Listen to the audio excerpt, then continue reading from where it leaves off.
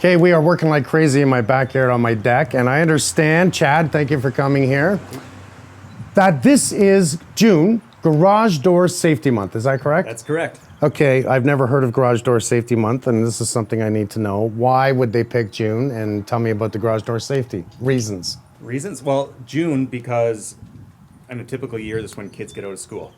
And that's when, in the industry, we've seen an uprise in incidents and accidents around the garage doors. Kids are playing, kids are running underneath a door all day long. Now, I've heard some terrible things, mainly years ago, that a garage door was able to come down and kill a little child, and an adult for that matter. Mm-hmm. Something happened recently, is that correct? Every year, thousands of people get hurt by garage doors. People do die from garage doors. A couple of years ago in Oakville, someone had decorative handles on a garage door, pressed open, it picked up the hoodie on the kid's shirt and pinned him in the header for about an hour. He didn't die, but he was severely injured. Now, I thought there were sensors on all garage doors that if there's any friction or too much friction, it automatically stops or goes the other way. Correct. There are sensors, but they have to be installed and tested properly. So this is not really a DIY thing, is it? It's not. There are maintenance checks and suggestions that I would have people do, but in terms of actual installations or repairs, it's a very complicated system when you look at it. Okay, now I have a problem with my garage, and I'm going to explain it in a second. What do you do when you come in to do a safety check on someone's garage door? So as a professional, there's a number of steps that we will do, and as a homeowner, there's very few steps that you can do quickly, once or twice a year to check it.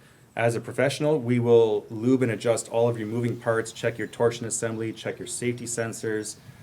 Just, having an eye for what can go wrong leads you to check the right things as a professional. A friend of mine, his wife, one of my contractors, his wife thought she could increase the tension on the door herself. And you know that big thing at the top that looks like it's actually the tension roll. She would put the 2 bars in herself, push it up, put in the second bar, pull this one out, push it up. All by herself, she did this. Carlito should have done it himself.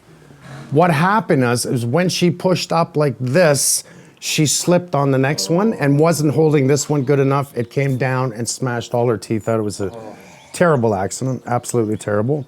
Pay attention to that. Always have a professional increase your tension or reduce it. Don't do things that we don't know. Do not mess with the spring. When you're telling me that story, I start to cringe because I know where it's going, and it's a lot of force on that spring. So when it comes to things you don't know, please make sure you bring in a professional like Chad. He cares about you. He's going to make sure everything works well.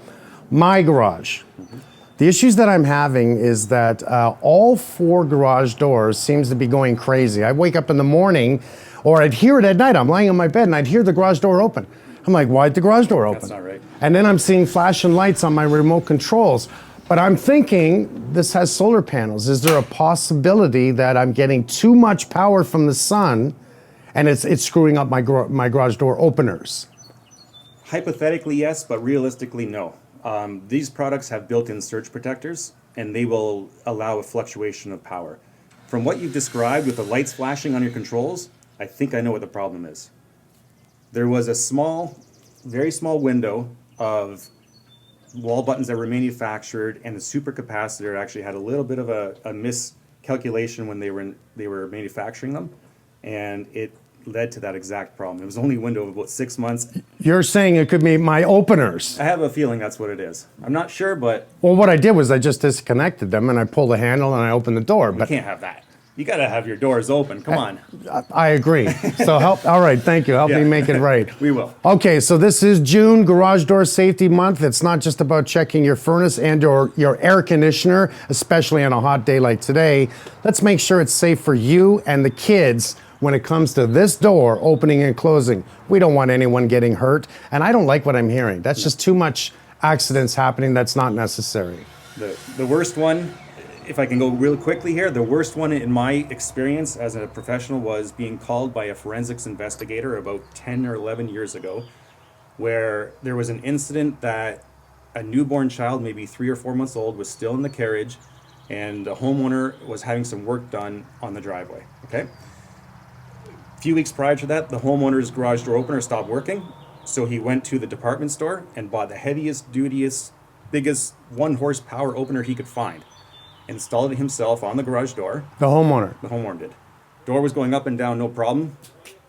I'm good.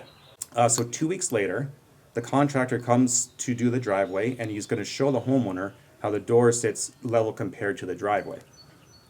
He pulls The handle. handle The to disconnect. put the door into disconnect. And the baby carriage is under the It's door? underneath the door, and that door falls like a guillotine. Oh my God. I had to recreate this incident with a forensics investigator with a carriage, and we calculated the force that hit. It was thousands of pounds of force. It killed the baby. It killed the baby.